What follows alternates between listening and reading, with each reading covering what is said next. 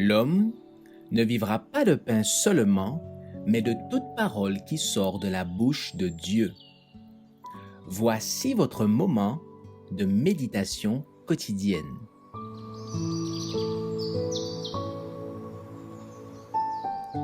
Maranatha.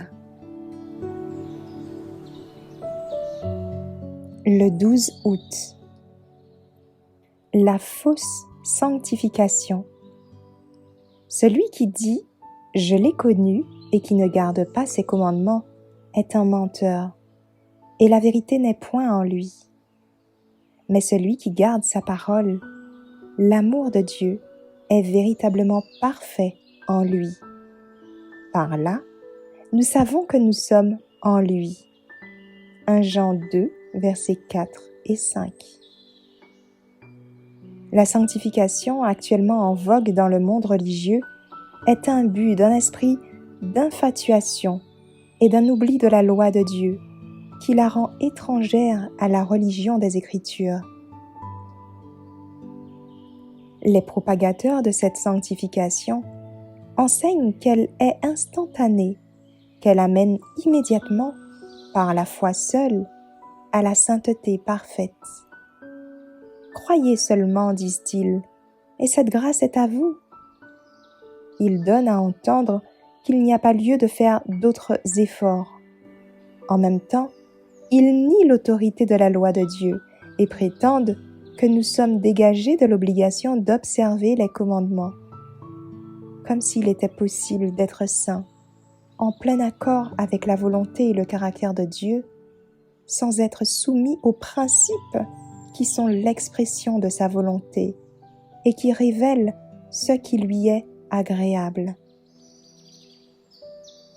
Ce qui fait la fortune de la doctrine de la foi et de la foi seule, c'est le désir d'une religion qui n'exige ni lutte, ni renoncement, ni séparation d'avec le monde et ses frivolités. Mais que dit la loi de Dieu? Écoutons l'apôtre Jacques. Mes frères, que sert-il à quelqu'un de dire qu'il a la foi s'il n'a pas les œuvres? La foi peut-elle le sauver? Veux-tu savoir, ô homme vain, que la foi sans les œuvres est inutile? Jacques 2, versets 14 et 20. Le témoignage de la parole de Dieu est opposé à cette doctrine séduisante de la foi sans les œuvres.